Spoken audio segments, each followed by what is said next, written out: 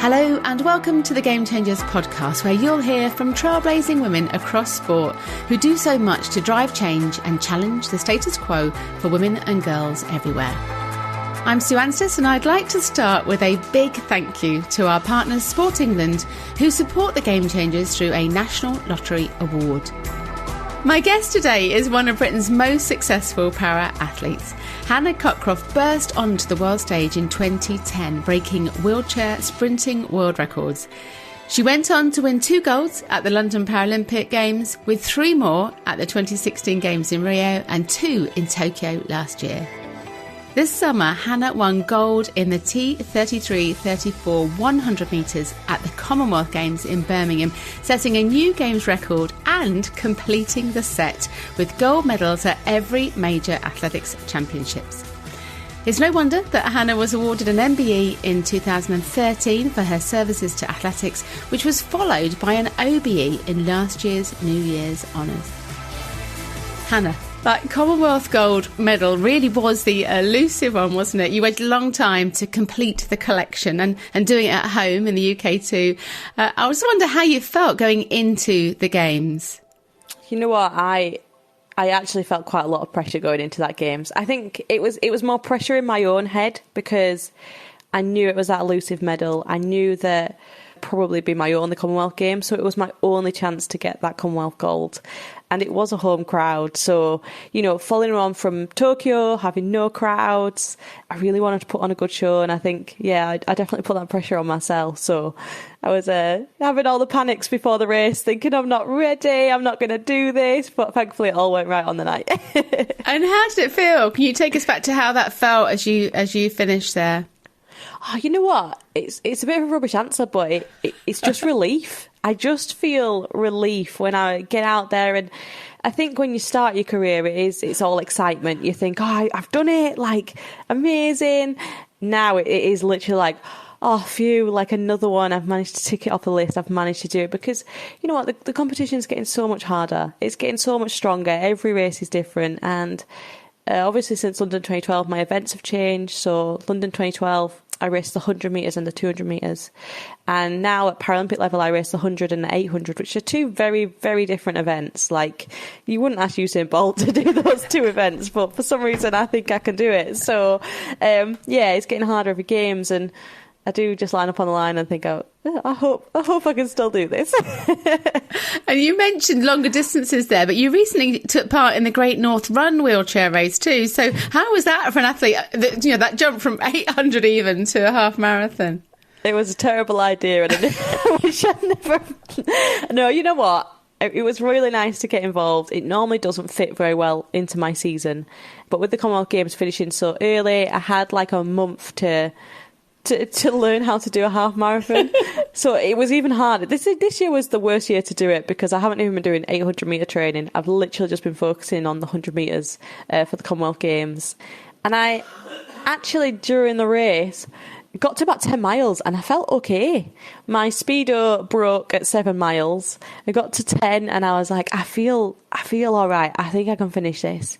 And I got to about 10 and a half and I genuinely just wanted to cry. Like, that half a mile made all the difference. And then it was just pain for the last 3 miles. And I think it made it harder because Melanie Woods, I was pushing with Mel.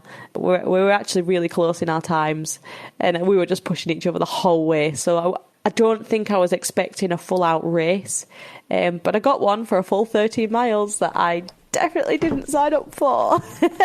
I might know the answer to this question before I ask it, but a marathon, half marathon, is something you might do more of in the future, do you feel? Nope. Short and sweet. It's very definitive. I would like to do a marathon one day just to say that I've done it and I've ticked that box, but definitely not now. I don't think it'd be so counterintuitive to my actual events, and oh man, it'd hurt so much. Why do it? If I can take you back to your childhood, dance was your first love really before sport. So can you tell us a little bit more about that?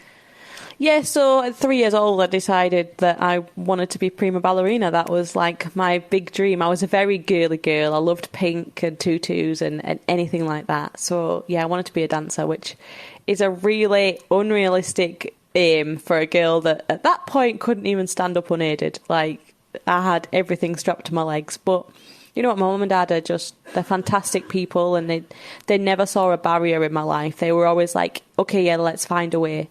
And you'd think most parents would just go, you know what, no, that's not realistic, you're not doing it. But my parents were like, okay, we'll make this happen. And Mum went out and she researched all the dance schools in the local area, and obviously had a lot of them laugh her out of the place and just say, oh, come on, look at your little girl. She can't even stand up. How's she going to dance? And one lady called Penny Alexander, she ran a dance school in Halifax called Dance for All. And she said, you know what? I can't teach Hannah ballet. Like, no one's going to teach Hannah ballet, but I will teach her to dance. And I'm going to build this dance class. She called it Creative Dance. And she said, we're just going to invite people like Hannah or able-bodied. They can come and dance, and it's going to be a mix of any kind of dance. And if I put a move in a dance that Hannah can't do, we'll remove it from the dance and we'll go from there. So Penny was actually the lady that initially taught me to walk unaided. You know, that was her first aim, was to, get me on my feet and get me moving. So she used to come along to tumble tots with me and my mum, and she got me walking. And then I danced with Penny for 17 years.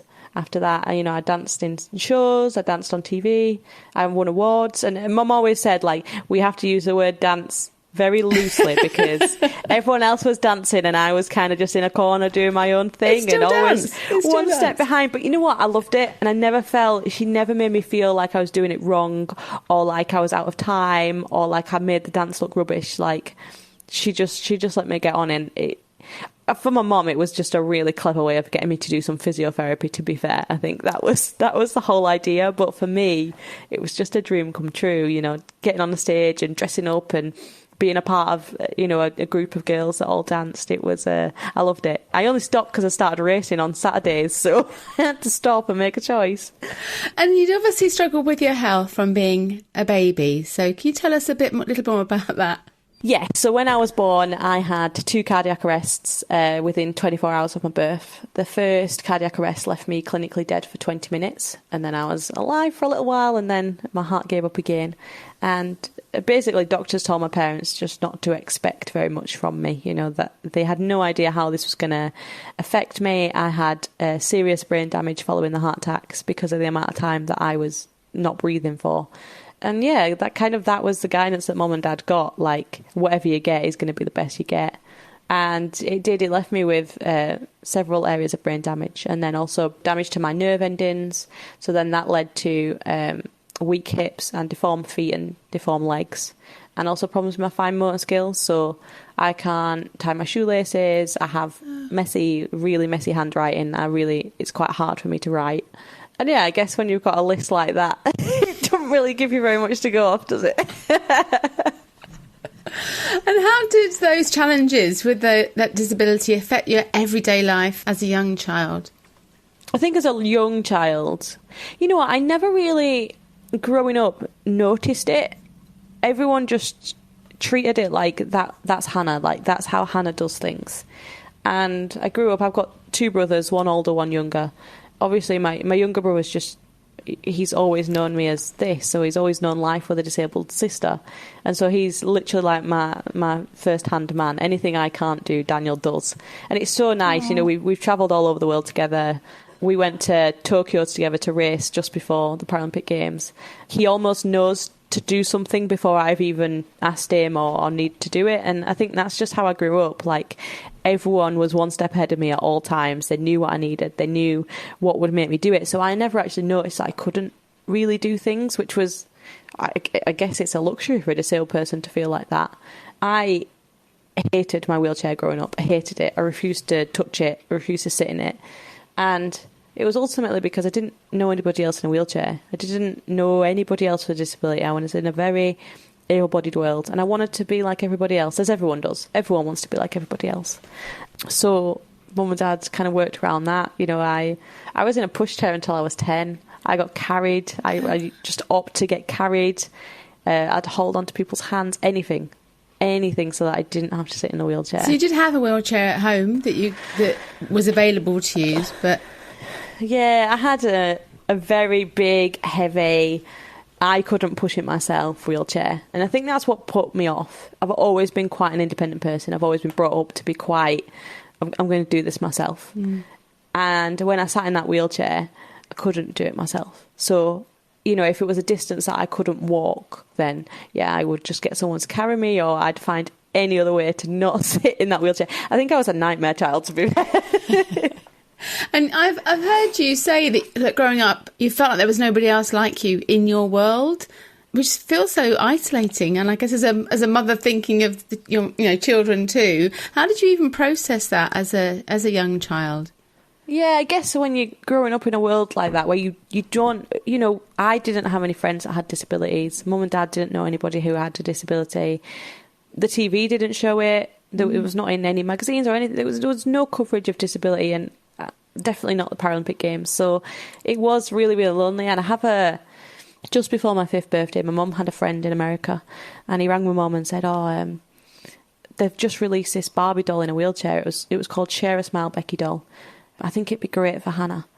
And my mum was like, okay, I'll see if they do them here. And they didn't release them in the UK at all. So my mum wrote to Toys R Us in America and just said, I have a 5-year-old. It's just about to be her 5th birthday. She refuses to use her wheelchair. She hates it. She thinks she's the only person in the world with a disability, and she loves Barbie. Is there anything you can do to get one of those dolls to be like, I'll pay anything? So yeah, for my 5th birthday, Toys R Us sent me a Share a Smile Becky doll. And I mean, it must have been a slow news day because it made all the local news. But I actually have a clip from, I think it's like ITV Calendar, and it's me saying, a 5-year-old me saying, oh, now I have Barbie, I'm not alone anymore. And actually when it got dug out of the archives like last year, just one of the journalists just sent it and said, oh, have you ever seen this? And I'd never seen it. And it actually made me tear up. Like, the girl on the screen wasn't me.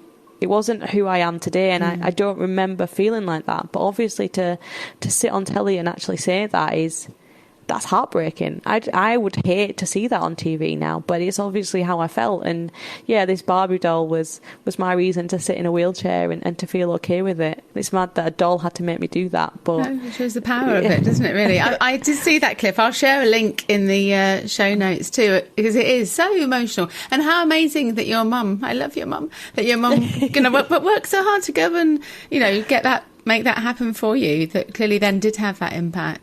Oh, yeah, my parents are amazing. I think, like you said, as a mum yourself, you do anything. You do absolutely anything to make your child feel welcome and feel part of the world. And, yeah, I guess she obviously noticed that it was hard. And I think when you're so young, you don't notice, the authorities wanted me to go to a special school. And my parents fought tooth and nail saying, there's nothing academically wrong with her. She can learn. She just can't walk very well. Like, she's really clever. She'll do everything you want. Just give her a chance. And they fought so hard to get me into mainstream school. And then, I went on and just did really well in my GCSEs and my A-levels, and it's crazy how my legs were deciding what kind of academic studies I could actually do. It was mad. And as you say, you grew up in that very able-bodied world of school, but what was sport like at that school? I didn't do sport at school. Sport for me was sitting on the side and watching. It was sitting in the library reading a book.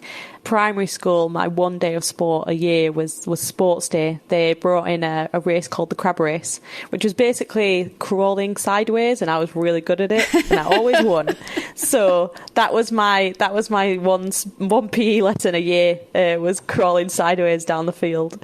I used to love it. And yeah, secondary school was slightly different. Kind of the first year was the same as primary. Hannah doesn't do sport, and I had this one amazing teacher called Mrs. Daniel, and she just kind of said, no, this isn't right. She can do these things. So she brought in the local wheelchair basketball team to do a demo for the rest of the class.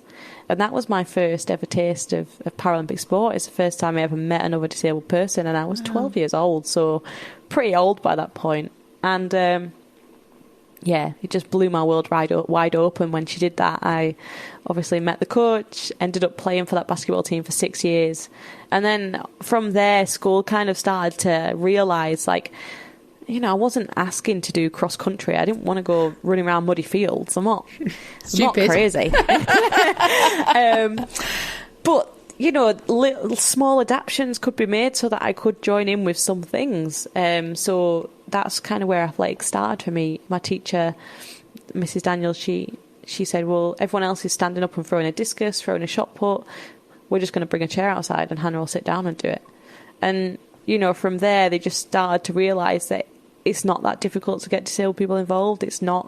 We're not asking you to reinvent the wheel. We're asking you to make a very small adaptation. And yeah, it was such a small thing that you kind of look back now and think, why did no one think of that sooner? Why did it take so many years for me to be involved? But I think until that point, just mum and dad had fought so hard to get me to where I was. You kind of have to pick your battles, don't you? But yeah, that sitting in that chair on PE and throwing the discus was the start of everything you see today, really. And what are things like in schools now for disabled children in Britain? Are they much better? You know what? I feel like it really depends. I think they are getting better, mostly because you can now see things like the Paralympic Games openly on the TV. So disabled children know what's on offer for them. They know what they have the opportunity to do, and that kind of gives you that little bit of a push when you're a parent to go, actually, you know, we know this is an option. They can do this. But I still visit schools, especially primary schools, where you go in and they say to me, I don't do PE, I'm not allowed to do PE. And then you kind of have to bring the teachers to one side and say, look, like, there's the tiniest thing you can do to make them feel involved. It doesn't have to be the lesson that you're running. Just be creative. Just think outside of the box. So, yeah, I think things are improving, but there's still so much further they could go. And you talked about discus. That's fantastic. It's about finding athletics and track and field. So what was the next stage? When did you first find wheelchair racing? So when I was 14, I got invited to a big UK event. It's called the School Games. It's run by the Youth Sport Trust. They're a fantastic charity. It's like a junior Commonwealth Games because the teams are merged. They're able-bodied and Paralympic and disabled athletes. So I got invited along to that to represent Yorkshire and Humberside in the seated discus. I won a silver medal there for Yorkshire. And that's the first place that I saw wheelchair racing. So off the back of that, Youth Sport Trust said, you know, are you interested? Do you want to go to a come and try day? And at that point, I just said yes to everything. As soon as I found sport, I just said, yeah, I'll try it. You know, I tried through the basketball club, I tried wheelchair rugby and wheelchair tennis. And then through Youth Sport Trust, I tried wheelchair racing. And I just, you know, I was 15 years old at this point and I just instantly loved it. I just instantly fell in love with the speed of it, with the independence, you know, going out. And I think for me, it was the being out there and no one could help you once you were out there. I'd lived 15 years of my life always avoiding a wheelchair, holding someone's hand, asking for help, needing the help. And when I got in that wheelchair, that racing wheelchair, I just felt free for the first time. Just felt this sense of freedom that, you know, I could go as quick as I wanted. I could go for as long as I physically could. No one could tell me to slow down because the whole point is going quick. And I didn't have to stop. You know, there was no end to the court. There was no end of range where I could throw it to. So, yeah, literally that was me. Like, I had the come and try day. The following week, I was up at Tiny Gray Thompson's house, getting a coach and getting a race chair and getting everything. And that was me. I've literally done it every week since. Every day since, probably. Oh, that's wonderful. That's wonderful. That's so lovely. I love that description of the freedom and the speed. You know, you articulate that so well in terms of what that gave you, that first experience too. And I love that we've had Sue Campbell and Ali Oliver from the Youth Sport Trust have been guests on the Game Changers too. So yeah, big fans of the Youth Sport Brilliant Trust. Brilliant women. And fantastic charity. So from that experience of enjoying that and obviously meeting Tanny too, when was your first proper race? When did you start taking it more seriously? So my first proper race was actually the following year. I went back to the School Games as a wheelchair racer. Oh, wow. Wow. And I remember it because I lined up against all the girls that I'd watched the previous year and I beat them all. So it was great. You had this incredible rise too. And I watched your races from 2012 and you were so far ahead of the opposition. So what do you think made you so incredibly successful so early? Was it pure raw talent or your fitness and power? I think a lot of it was just hunger. I have this inbuilt thing where if someone tells me I can't do something, I will absolutely go out of my way to prove them wrong. And I think 15 years of just being told you can't do sport, they just built up because I always had a love of sport. You know, my younger brother's a really keen rugby player, so he played from the age of 6. And I used to go along and watch every rugby game and just sit on the side and just think, oh, I wish I could be part of a team. I wish I could have that kind of, I don't know, camaraderie with that group of friends. And then when they won a match, I wish I had something that I could celebrate that way. And I never had that outlet. So as soon as I found it, and as soon as I found something that I was good at, I think I was quite good quite quickly. But as soon as I had that, I just wanted to make the most of it. And I think a lot of it is down to, you know, as well, Tanny and her husband Ian. So Ian was my first coach, and they didn't take it easy on me. Like, they were like, if you want to do this, you're going to have to put the time in, and you're going to have to work hard. Like, there's no skipping sessions. There's no half-hearting sessions. Like, this is what we do. So my first ever training weekend, literally the weekend after I'd done that come and try, they had me out on the roads pushing like 10 miles. Like, and there was no question about it. It was like, if you want to do this, you're going to do it. And so I think right from the beginning, I was taught, like, if you want to be good, you put the time in, you put the effort in, you work hard. And then when you've just had that inbuilt right from the start, that was what every session was then. I think, you know, when you start a sport, a lot of it is like, I'm just going to go and enjoy it. Whereas I started the sport and it was like, I'm going to be good at this. I'm going to be good at this. So yeah, I think, you know, 2007 was when I first sat in the race chair. 2008 was that first race. And then 2010 was my first world record. So it all went quite quick, but I just built it into my life straight away. You know, as soon as we'd taken that chair away on that first weekend, I was training, you know, every day before school, every day after school, weekends. Mum and Dad were having to pick me up in lunch breaks at college to take me to training. Just whenever we could fit it in, that was me. And at the time, it was just, I love this. I want to constantly do it. It wasn't even like I'm going to work hard. It was just like, I love it. I love the feeling of being in that race chair. So yeah, I just wanted to do it all the time. I guess it's like a video game, but a healthier one. A real passion and addiction to it, isn't it? And so much is said about the impact of London 2012 for Paralympic sport. But when you think back, what are your biggest memories from that event? Oh man, London 2012 is like, if I could go back to any time in my life, I would pick that every day, and I think I will for my whole life. I think you can add anything, and I'll still pick London 2012 because it was just incredible. I remember going into the village for the first time. I was only 20 when I went to my first game, so I had no idea what to expect, to be honest. And I just remember going into the village and everything was so big and so new and so exciting. And we got like taken on a little show around, and they took us in the food hall for the first time.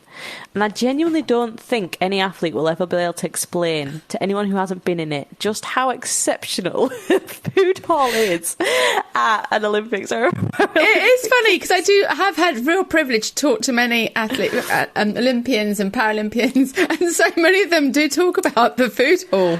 It's just so big and there's so much choice. And I just remember sitting there and thinking, oh man, I can get a Sunday roast at 2 a.m. if I want it while I'm here. That is an overwhelming, like, it's a massive pitfall for a lot of athletes. You have to have a lot of self-control. I also remember just sitting there and thinking, I have never seen this many disabled people in my life. And it sounds stupid. You're at the Paralympic Games, of course you're going to be surrounded by disabled people, but I think just when it still feels so new. I'd been in the sport like 5 years at that point. I'd been to one World Championships, but other than that, I'd only done like local national championships. So there was still like a limited number of girls that you raced against. So you were only competing against girls in Britain. It was just such a wow moment, just such a, I can't believe I'm here. And then you just wander around the village. Like, the village was incredible. And then I think my other overriding memory is we used to go down and train at the warm-up track. So I remember the day before my race, we were training on the warm-up track. I was with my coach, Peter Eriksson was my coach for 2012. And I could hear this noise, and it just sounded like quite a loud buzzing. You know, like when you can't tune a radio in? That's what it sounded like.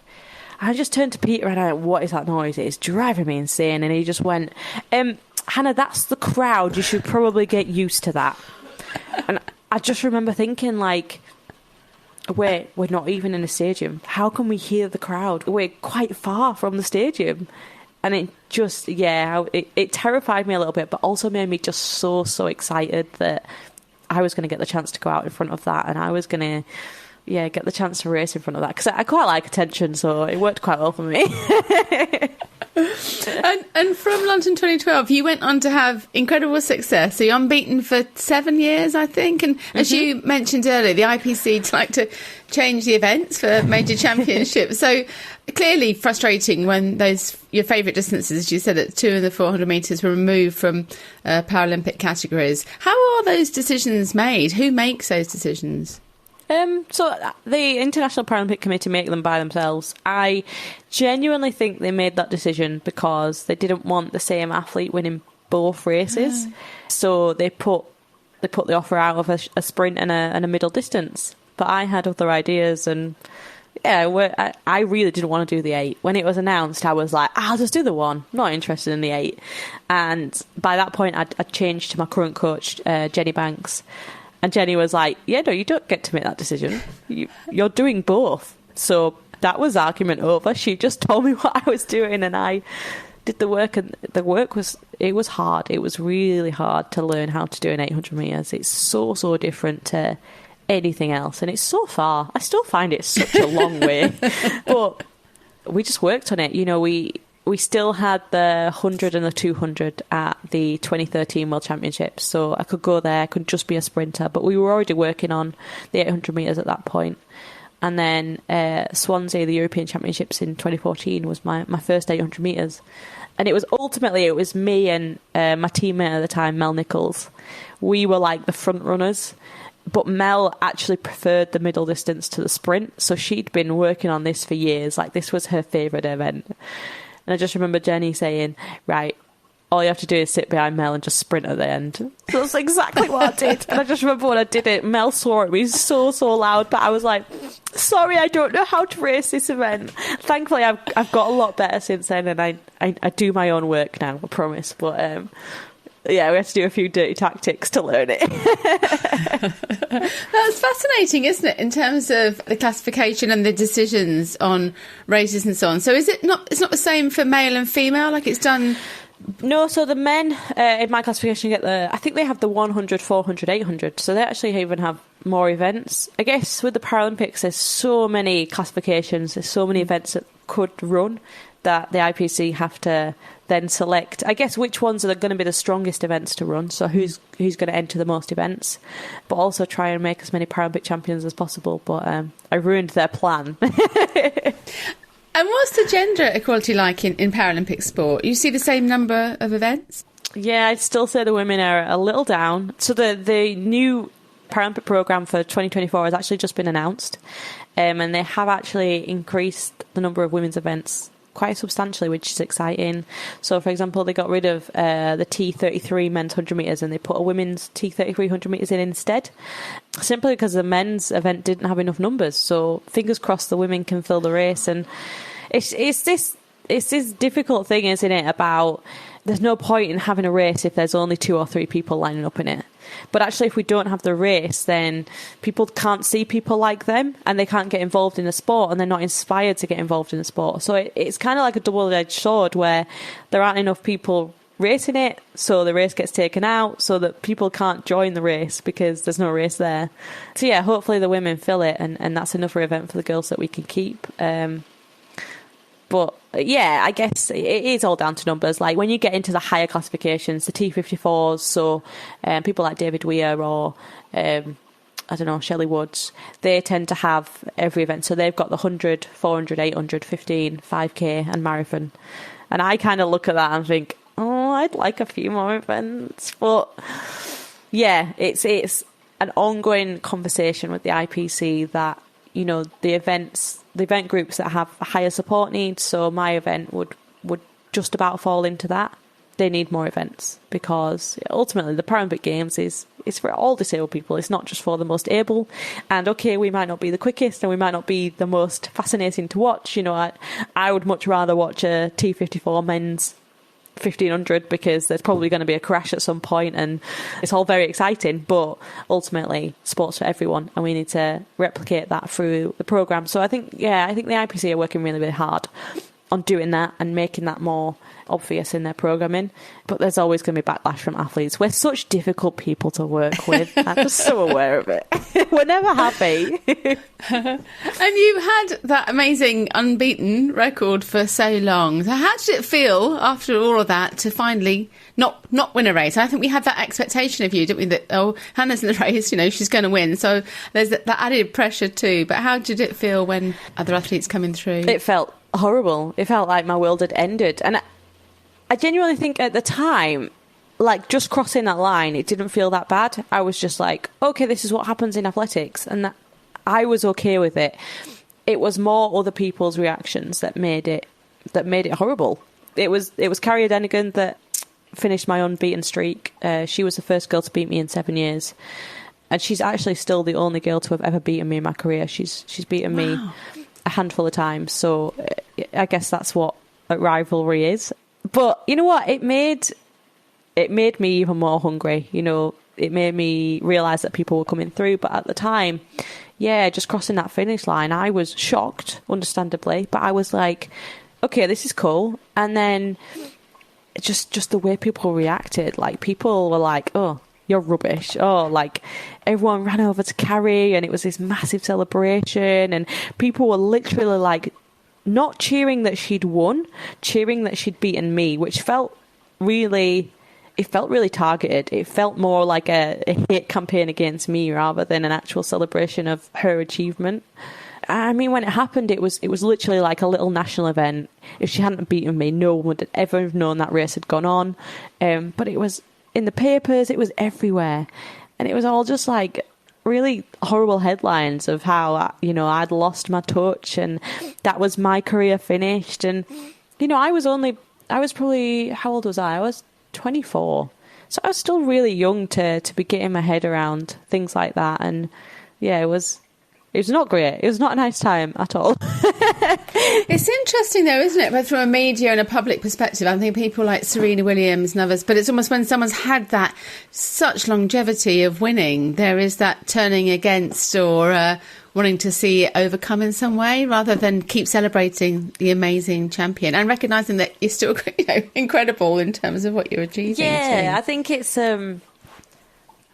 like I kind of get it, but at the same time, like, I think it's a language that's used. It's always so and so has beaten so and so, and the celebration is always the fact that they've beaten the other person rather than the fact that they've just won. Whereas, you know, when I win, it's never, oh, Hannah's beaten Carrie. It's always like, oh, Hannah's won again. And it's always like, hang on a second. Why do we always make it sound like it's not an achievement? It's a massive achievement. You know, the rivalry's there. She has the potential to beat me in every single race that we line up in. But when she wins, it is this massive, like, oh, wow, she's done it. And when I do it, it's like, oh, yeah, she's done it again. That's fine. And sometimes it's frustrating. You know, it's really frustrating because you feel like people aren't recognising the work that actually went into that. People aren't noticing, like, yeah, I trained every day to make that happen. I've based my whole life around wheelchair racing. I've not missed a session. Yeah, it's really interesting. I just think the whole narrative, it has to change, and it has to be more supportive of everyone, because ultimately when someone wins, someone doesn't win, and being the person that doesn't win is not a nice place to be. And when you then read the language that's used about you for not winning, it can, yeah, it's not great. And as we discussed at the beginning of the conversation, you've now won kind of everything in terms of medals and championships and constantly setting records too. So what keeps you to keep driving and beating more records? And I guess also what keeps you motivated to keep training so hard day to day? You know what? I think it's changed a lot through my career, what's motivated me. For a long time, it was just being the best. I loved winning, and I'm not afraid of saying it. It sounds really big-headed. I trained because I loved to win, and I knew that I could win if I kept working the way I was. Then when Carrie beat me, I realised that had to change, because if winning is all that motivates you, then when you don't win, you've got no motivation. So actually going forward for a long time, for a few years, it was beating Carrie. That was my motivation. And it sounds horrible, but like I said, that's a rivalry. That's what sometimes you train for. Then we got to lockdown, obviously in the pandemic, and I suddenly didn't have any races to beat Carrie in. I didn't have any races to win. So actually at that time, if that was my motivation, then I probably would have just stopped pushing. So I realised in that time that actually my motivation is enjoyment. It's finding the bits that I enjoy about my sport, that I train for, and basically taking myself back 10 years. You know, it's taken me back to when I started. Why did I start? I didn't start because I knew that I would win.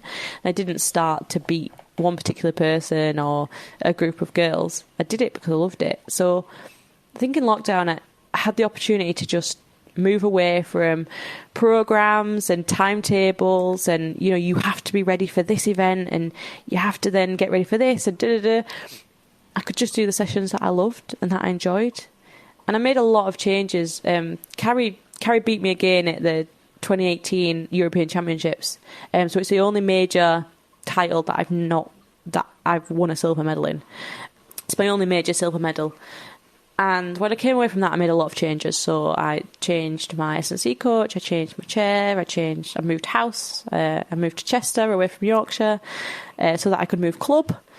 And I moved club so that I could train with other people. Because up until that point, I trained completely on my own. So for 10 years, I trained every day on my own. And it was a lot. It was hard. The motivation was hard.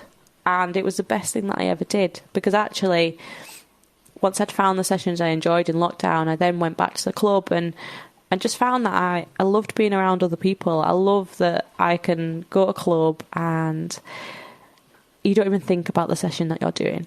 You know, I train with mainly a group of men, aside from Samantha Kinghorn. So Sammy also races with Kirby AC. Sammy's one of my best friends, but we're also very, very close in times. So we just challenge each other every single session. We're always pushing each other to get the best out of each other. We're always racing.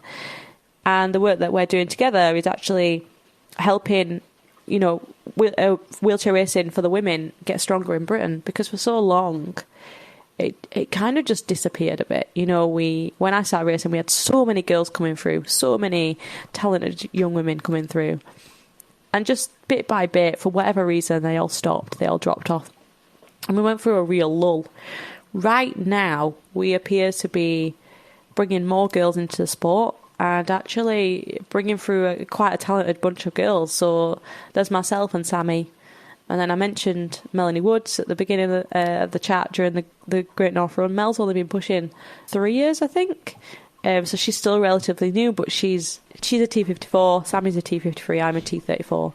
So we're all relatively close in times. And then this year, Eden Rainbow Cooper, who won the Commonwealth Games marathon, she's really come on in her track racing too. So this year it's been fantastic to have four of us really pushing it out on the track in all the British events, really challenging each other, really showing what we can do and testing each other. And I think, the motivation now is just to see what this body can do. And it was great this summer to see you competing in the Diamond League in Birmingham. How important do you think it is to see parasport integrated in those events in that way? I think it's so important. And I think the last few years have shown how possible it is as well. So the first integrated event I did was actually the British Championships in 2020. So during the pandemic, British Athletics added the para disciplines to the British Championships for the first time ever. Like during a time when we literally couldn't do anything, we made integration possible, we made inclusion possible. And it just shows that it could have always happened. There was no excuse. Yeah. And it's carried on since then, thankfully. And this year, again, we've seen a massive rise. So we obviously had Birmingham 2022, that was the Commonwealth Games that were integrated. Before that, we had the Birmingham Diamond League integrated. My boyfriend raced in both Zurich and Lausanne Diamond Leagues. They both had a wheelchair race in each. My teammates, some of them went out to the Polish Diamond League, and that was integrated. There was a integrated race in Cork in Ireland, and it's fantastic to see. But why has it taken this long? Why Why did it need a pandemic in the middle and everything else for people to actually to go, oh, you know what? Athletics is just athletics. It doesn't matter if you're in a wheelchair or if you're running. We're all using the same facilities, same officials, same track. And it's so important because it's, you know what, it's giving our sport a new audience that we can reach. So I had a really funny conversation. I coach an athlete, a young athlete. She's called Anya. She's 16. And she raced at the school games this year, which is obviously where I started. And she won the race. And after the race, I was handing out the medals. And she went, oh, yeah, like, look, we're coming through. We're like the three next blondes. And I went, what? Who are the three blondes? And she went, you, Sammy and Mel. And I went, why'd you call us that? And she went, well, you three are blonde, so, and you're always the best in Britain, so you're the three blondes, and we're not blonde, so we're the three brunettes, and we're going to be the next you. And I was just like, how crazy is it that that's how we're being talked about? Like, now groups of girls in our sport are going, we're going to be the next Hannah, Sammy and Mel. Like, we want to do what they do, we want to go and do that. And I think you really, really lose sight of, you know, the opportunities that maybe we're bringing through for the young girls that are coming through. And it was just fun. It was so funny, but it was fantastic to see that, you know, because they were like, well, you race at the Diamond Leagues and you race at the Paralympics together, and we want to do that. And I'd never really thought about it. So yeah, it's so interesting how important integration is, and how many more people see that and go, yeah, that's what I want to do. Building on that opportunity to inspire others, I loved your post on International Women's Day last year. If I can just read a little bit of it back to you. Go for it. Doing it for the girls that were never encouraged to chase their dreams or never given the right opportunities to do so. Doing it for those that were told it wasn't possible, that they weren't strong enough, determined enough, brave enough, good enough. And doing it to prove so many people wrong. So I really love that. And it's great to see how much and how important it is for you to inspire those young girls of the future, you know, in sport and in parasport too. You know what, I think for me, I've got to an age now where I realise that I am in a very, very privileged position to make a change. To make a change that women before me haven't had the chance to make, and that can ultimately change the lives of girls that come after me. You know, for girls like the girl that I coach, I can change their life with what I do now. And I think, you know, for a long time, I always had that question thrown at me, like, oh, how does it feel to inspire other people? And I'd always kind of say, oh, I'm not interested in that. I'm doing it because I love it. And I still love it. But actually, the more I love it, the more opportunity I get. And the more opportunity I get, the more I actually get to make sure that that's then embedded in the future. I know that there are still girls out there that are like me, that are being told at a young age that they can't do things, that they'll never do things. I hate the word can't. There's nothing that we can't do. You can do anything and everything that you want to do. We can't do everything, but you can do anything. And I've fallen into that trap a lot, you know, thinking I can do everything. I can be an elite athlete, I can be a TV presenter, I can do this. You can't do everything, but you can do absolutely anything in life if you put your mind to it, if you get the right group of people behind you. But you can't do it if you don't have the opportunity. And currently, especially for disabled women, there's just not that much opportunity. So I'm in a place where I can provide it, where I can create it. And yeah, I'm quite mouthy anyway, so I just say what I think, and sometimes people listen. I'm going to quote you back at yourself again here as well too. But having not wanted to be in your wheelchair as a young girl, you shared such a powerful post on International Day of the Wheelchair, and you said, after years growing up and avoiding one, I hope my life shows people that wheelchairs are nothing but a mobility aid, helping over 110 million people worldwide work hard and achieve their dreams. So clearly it's really important for you to raise that profile for the challenges wheelchair users face. But how important is it in terms of that day-to-day access, in terms of transport and, you know, being out on high streets, just living life really? Yeah, I think that's more important to me than anything. Because I think people look at us as elite athletes and they go, oh, they don't have the same difficulties as I do day to day. And the thing is, you know, if that shop doesn't have a ramp, then I'm not getting in it just as much as an everyday person isn't getting in it. I haven't got as much as a profile, but I have an opportunity to actually raise that and say this isn't right. And I also want to change the way people see a wheelchair. You know, I know that I was so terrified of it. It had such a negative connotation growing up that I avoided it. And actually, you know, had I not avoided it, how different would my life have been? How much more would I potentially have been able to do? I'll never know the answer to that, but I hate to think that there are people, again, like me out there thinking, oh, I can't be in a wheelchair, it makes me different. Because ultimately, it doesn't. It just makes you more able to do things. I actually did a talk for a company literally the other day. And I did my talk and, I was saying, like, how freeing wheelchair racing was and how it was my independence and my freedom. And then the colleagues had the opportunity to try some wheelchair basketball, actually. And one of the people got in the wheelchair and like started pushing and went, oh, how is this freedom? It's horrible. And I kind of went, well, yeah, but the whole point of this is you can't use your legs, so that's freedom. And she was like, oh no, I couldn't do this. The thing is, we don't get the choice to not do that. You know, I can walk a little bit, so maybe sometimes, I don't want to use my wheelchair today. But there are so many people who don't get the choice to go, oh, this isn't freedom, this is horrible. That's the way we live. And yeah, it's horrible because you built a basketball court on a hill. Of course it's horrible, you were pushing up a hill. But that's the whole point. That's why access and inclusion is so important, because it is horrible when you can't get in a shop. It's horrible when the lift's broken. It's horrible when I have to say I can't go to an event because they don't have access. It's horrible that I have to book in advance to get on a train. It's rubbish. It's not freedom. It's not independence. It's relying on people. And we don't want to do it as much as that lady getting in that wheelchair went, oh, this is horrible. Yeah, it is, because it wasn't perfect. And I think it's little things like that hopefully, when she said that, it made her realise, or it definitely made her workplace realise, oh, this building isn't perfect for disabled people. We can make small adaptations. We can make a difference. And so hopefully I went away and I'd made a difference to make them realise little things that people do every day can actually make the lives of disabled people so much easier and so much more accessible. Because, yeah, I might look like I can do anything when I'm out on that athletics track, but things like small hills and curbs are my kryptonite, and they can stop me actually going anywhere. So, yeah, it's a big fight. It's a fight that I'm never going to win on my own. But if you can light a small light around it and make people maybe think a little bit more about it, then, yeah, hopefully it'll make a change. You never know. And you've obviously travelled around the world more than most average people. But how does wheelchair access for users in the UK vary from other countries? I'd say it sits steadily in the middle.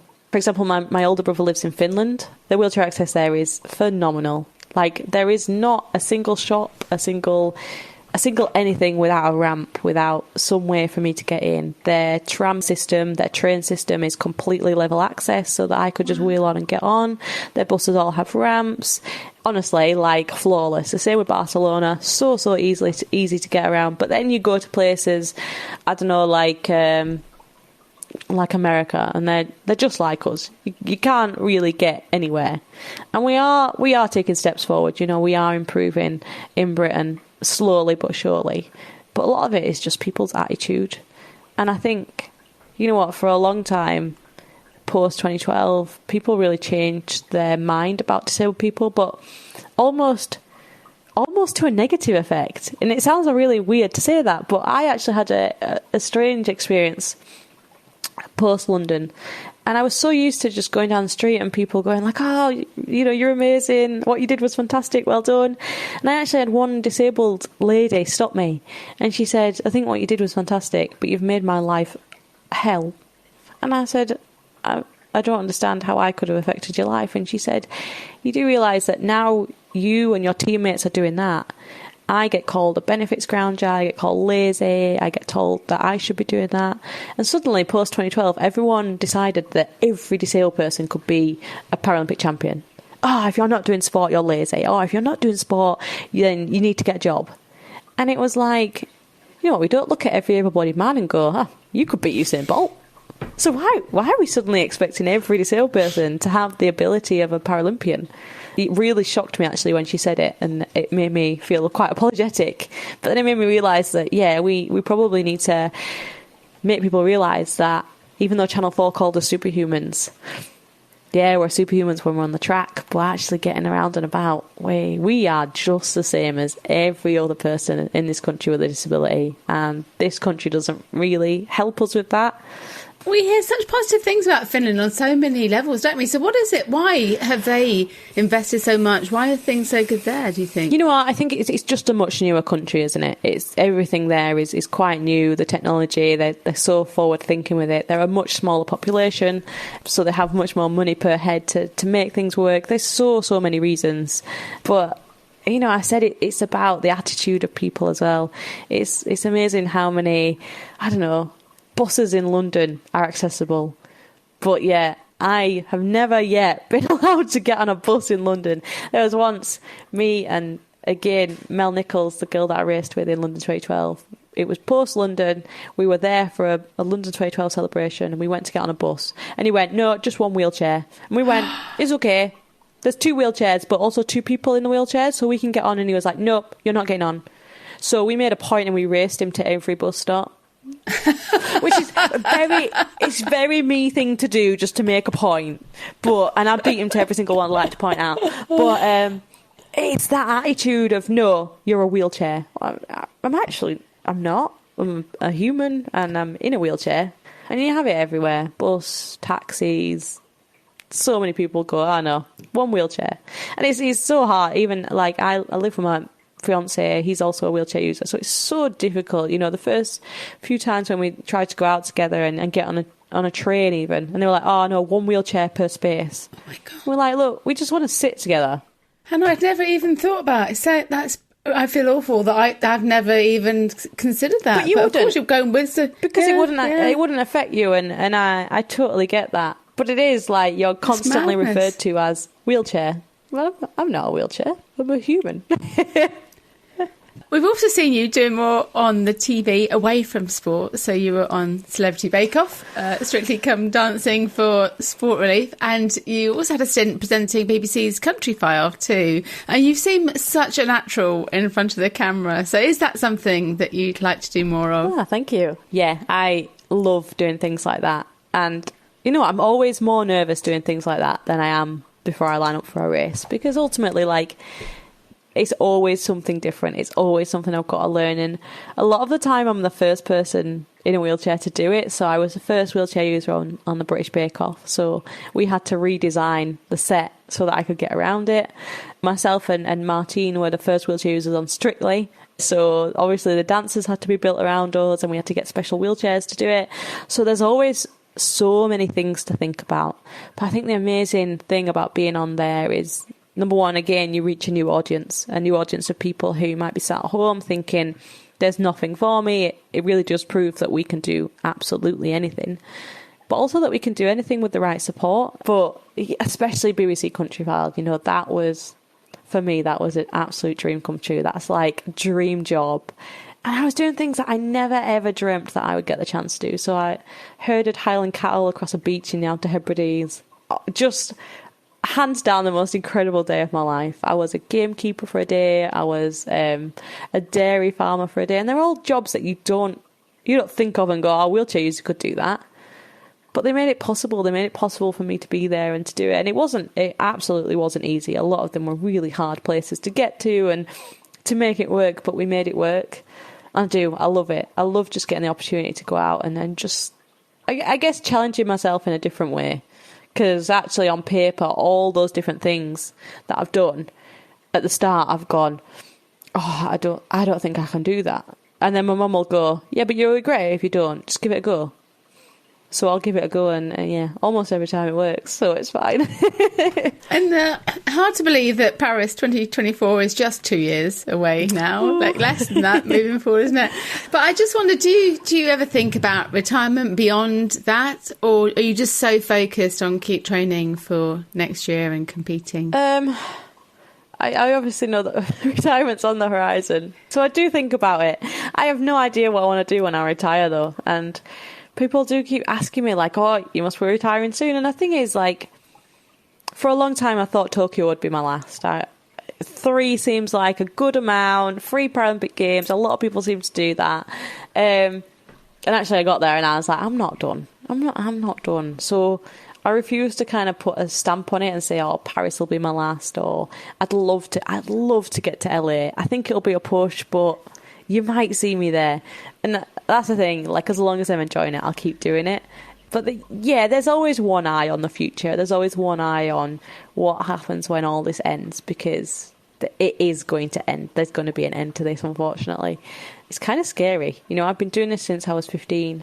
I've been on British Athletics UK sport funding since I was 16. I've ultimately never had a real job. And the thought of a real job really, really terrifies me, because I'll be like an intern. I'll have no idea. I'll have no experience. I'll have nothing. So I need to do this for as long as possible. I'll worry about that. But TV is a dream. I'd love to go into that. I did my coaching exams last year leading into this year. So I'm a registered coach now. So that's always an option. And I think just the whole time I'm competing, I'm trying to build up the options that I can then move into, because I don't think I'll ever stick to one thing. I like to try everything and absolutely anything. How amazing is Hannah? I can't wait to hear all she goes on to achieve. Head over to fearlesswomen.co.uk to find out more about all of the game changers I've spoken to for the podcast. Other incredible para-athletes I've had the privilege to talk to include Sarah Story, Tanni Gray-Thompson, Sophie Carrigill, Anne Wafula-Strike, Pippa Britton and Lauren Steadman. As well as listening to all the podcasts on the website, you can also find out more about The Collective, a free community network for all women working in sport. You can also sign up for the Fearless Women newsletter, which highlights the developments in women's sport, and there's more about my book, Game On, The Unstoppable Rise of Women's Sport. Thanks again to Sport England for backing the Game Changers through the National Lottery, and to Sam Walker, who does such a great job as our executive producer. Finally, thanks to my brilliant colleague Kate Hannon, who does so much behind the scenes at Fearless Women. Do come and say hello on social media, where you'll find me on Twitter, LinkedIn, Instagram and Facebook at Sue Anstis. And if you have a couple of moments, it'd be wonderful if you could leave a review or rating for the podcast, as it really does make a big difference in helping us to reach new audiences. The Game Changers. Fearless Women in Sport.